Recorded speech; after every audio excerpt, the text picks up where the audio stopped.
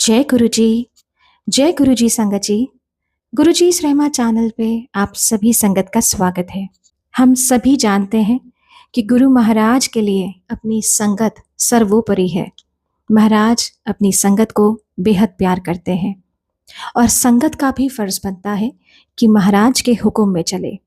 जैसी महाराज की इच्छा है, हम संगत का फर्ज बनता है कि हम उसका दिल से पालन करें। महाराज की अगर मुट्ठी में रहना है तो महाराज के दिखाए हुए रास्ते पर चलना बहुत ज़रूरी है। आजकल कहना बहुत आसान है कि हम गुरु महाराज को मानते हैं, लेकिन गुरु महाराज को मानने और गुरु महाराज की मानने में बहुत अंतर है। अगर महाराज को मानना है, दिल से मानना है, तो महाराज की ही मानने में हम सभी की भलाई है। आज का सत्संग भी कुछ ऐसा ही है। गुरु महाराज की पुरानी संगत बाबा अंकल का सत्संग है, जो महाराज की बहुत ही शिद्दत से सेवा करते रहे। जब महाराज फिजिकल फॉर्म में थे तो छोटा मंदिर एम्पायर एस्टेट में, जी के मंदिर हो, उनमें डीजे अंकल के साथ में और डीजे अंकल के बाद बाबा अंकल वहाँ पर शब्द लगाने की सेवा करते रहे। बहुत ही खूबसूरत सत्संग है। आप सभी से निवेदन करूँगी, इसे बहुत ध्यान से पूरा और अंत तक ज़रूर सुनें और हो सके तो इसे बाकी संगत तक के साथ ज़रूर साझा करें, क्योंकि ये सत्संग सभी के कल्याण के लिए बहुत ज़रूरी है। चलिए सुनते हैं आज का सत्संग। जय गुरु जी। जय गुरु जी।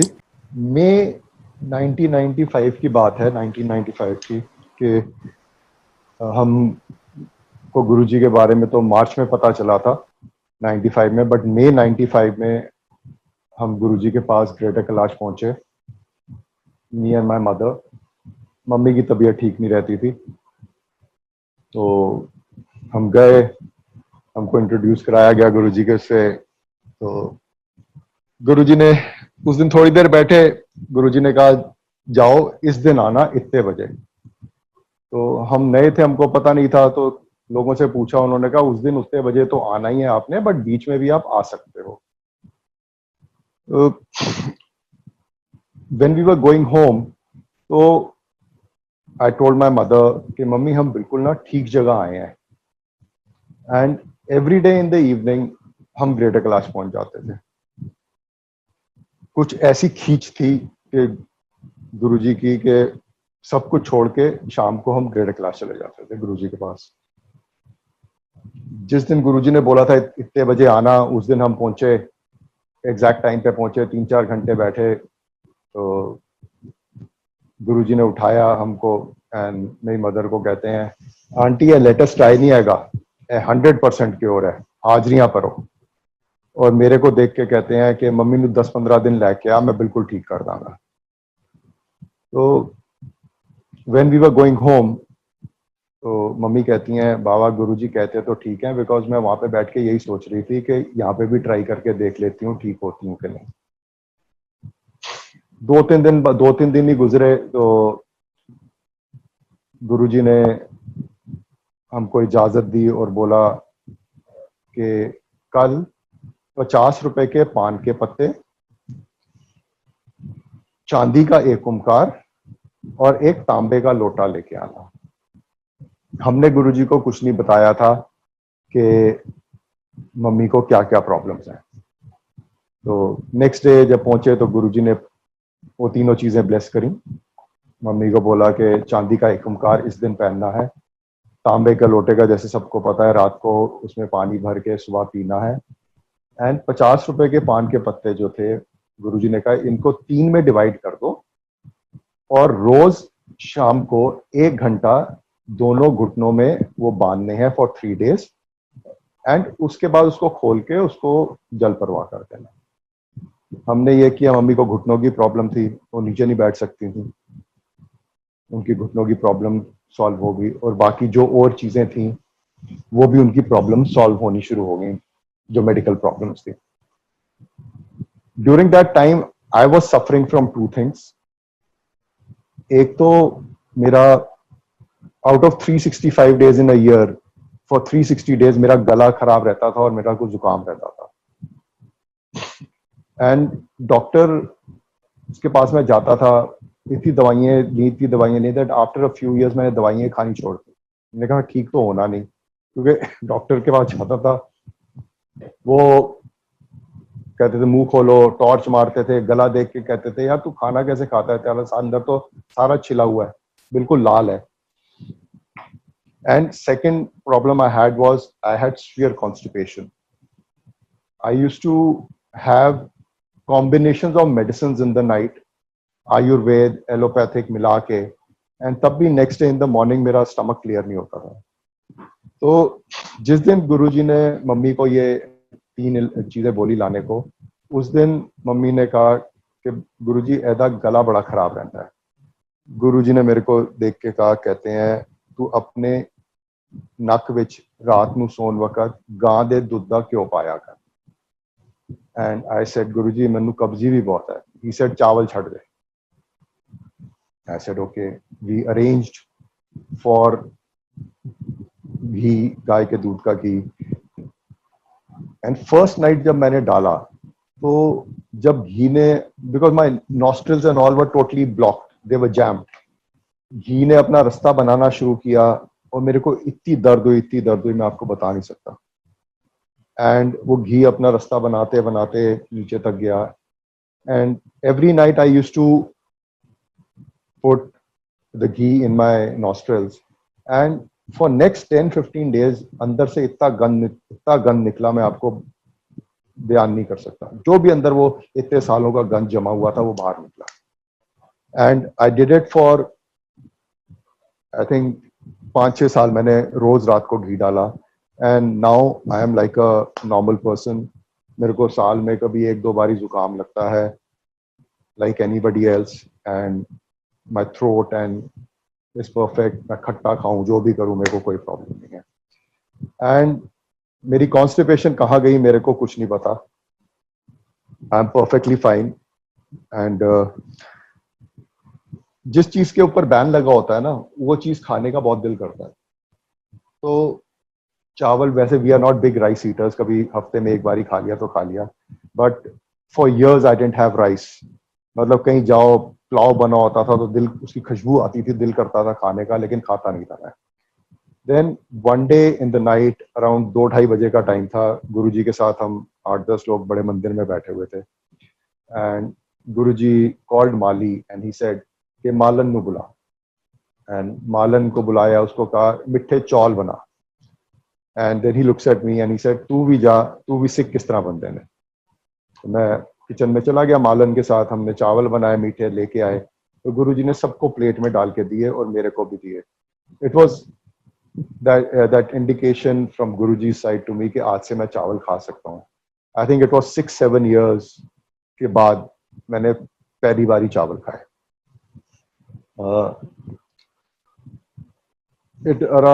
अराउंड 2000 की बात है। मेरा बिजनेस नहीं चल रहा था, मेरा काम होते होते रुक जाते थे। ऐसा था जैसे गले में रोटी चली गई है एंड कोई हाथ डाल के उसको खींच लेता था। 99% काम हो जाता था, कोई 1% अटकता था and everything used to fall through. उन दिनों गुरुजी के पास एक कपल आता था and husband was very good at jyotish vidya and all. And I used to they used to stay in South Delhi only, and मैं उनके घर बड़ा जाता था, बट कभी ज्योतिष वगैरह आई डोंट बिलीव, मैंने कभी इन चीजों में बिलीव नहीं किया। तो कभी ना हाथ दिखाया उनको, ना पत्री दिखाई है वो, बट संगत के बहुत लोग उनके पास जाते थे। एंड जब मैं जाता था वो कहते थे देख वो आया, ये उसकी पत्री पड़ी है, संगत का वो आया, उसकी पत्री पड़ी है, उसको मैंने ये उपाय बताया, उसको वो उपाय बताए। And I used to ask him कि वो Guruji does not believe in these things, तो ये लोग आपके पास आके पत्रियां क्यों दिखाते हैं? तो ही सेड गुरुजी से लोग बात नहीं कर सकते ना, तो इसलिए वो मेरे से बात करते हैं और मैं उनको बता देता हूँ ऐसे ऐसे करो। And during those day my cousin was getting married in Pune and I was in no mood and frame of mind to go to Pune. So I told my parents कि आप जाओ, मैं नहीं जाऊंगा। My chacha had booked a bogie and Pune के लिए train Nizamuddin railway station से जाती है दोपहर को। विंटर्स का टाइम था, मैंने अपने पेरेंट्स को स्टेशन छोड़ा एंड शाम को मेरे को 7 बजे एम्पायर स्टेट पहुंचना होता था, मेरी शब्द लगाने की सेवा होती थी।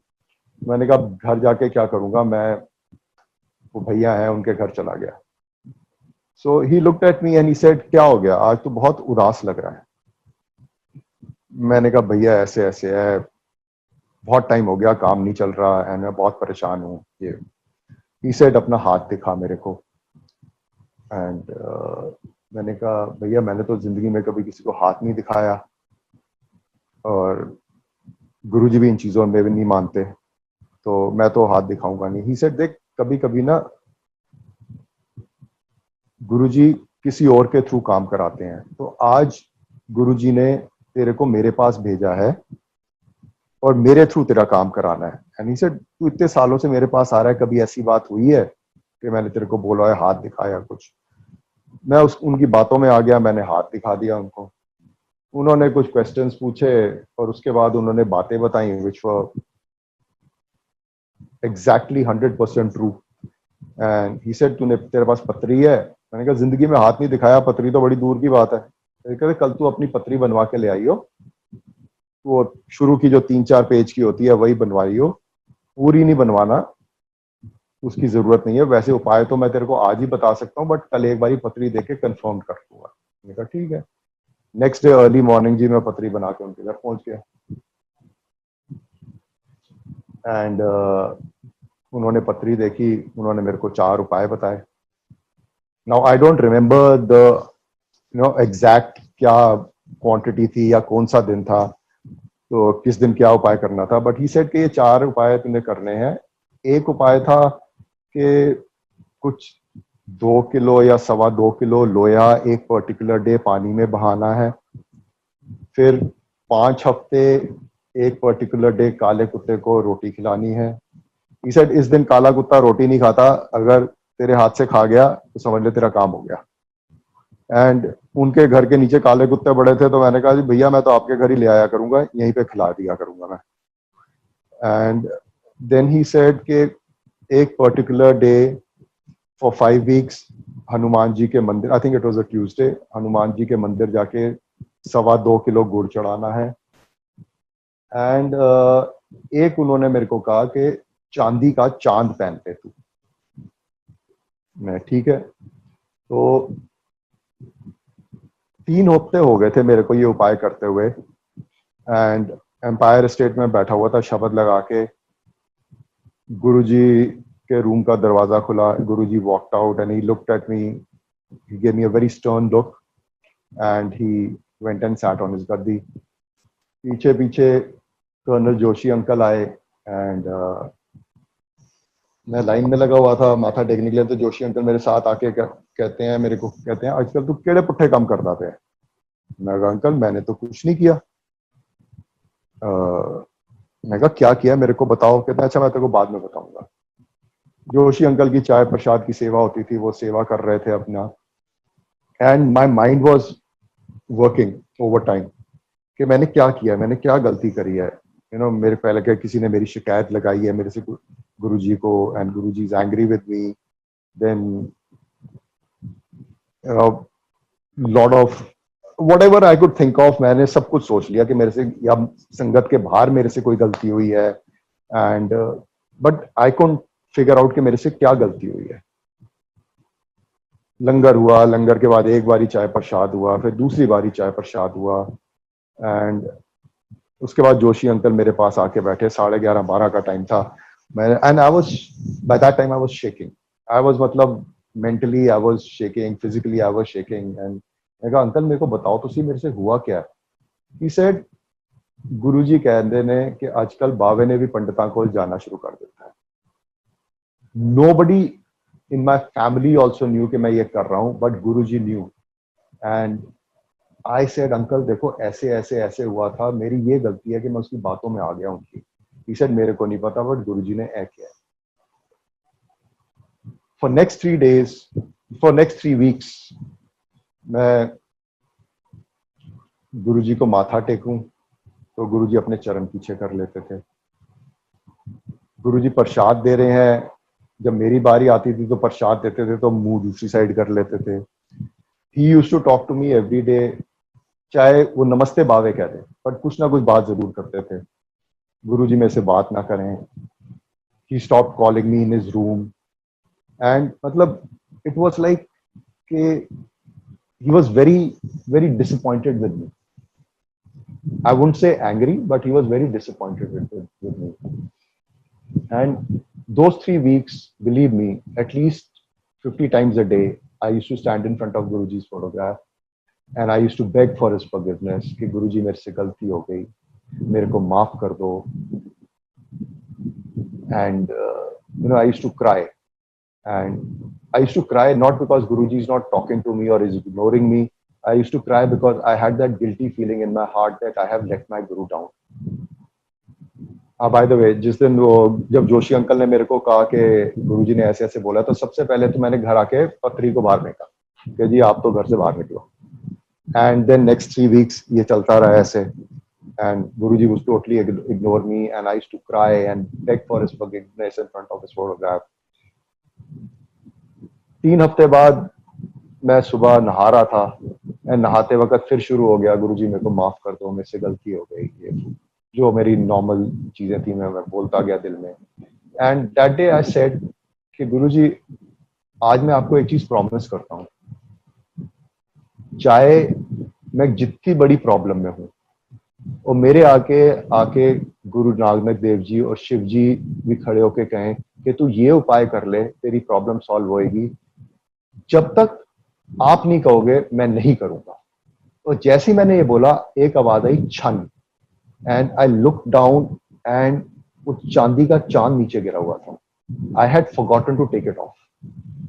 और ये नहीं कि धागे में मैंने पहना हुआ था कि धागा टूटा, उसकी जो गांठ है गांठ खुली और वो चांदी का चांद नीचे गिरा हुआ. मैं बाहर निकला, मैंने वो चांद को निकाला और फेंका.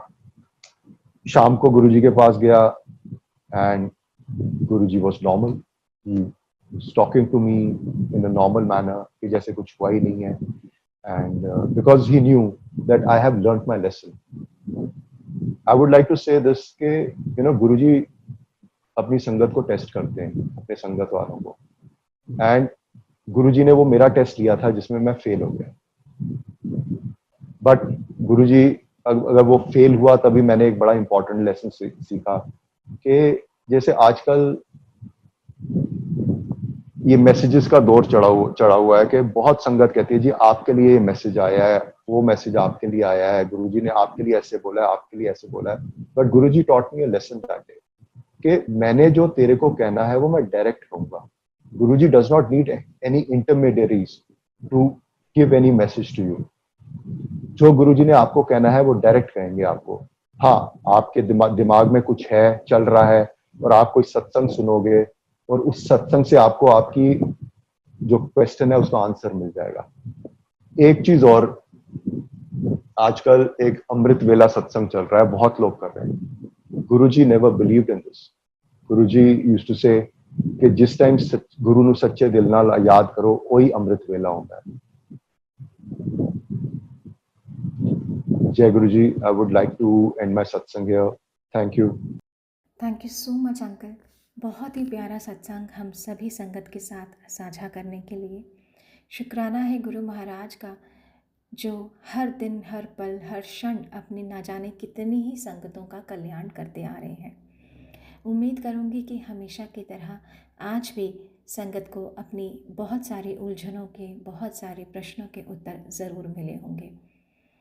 संगत जी, गुरु महाराज इसी तरह अपनी कृपा दृष्टि हम सभी पर करते रहें, इसी कामना के साथ जय गुरु जी.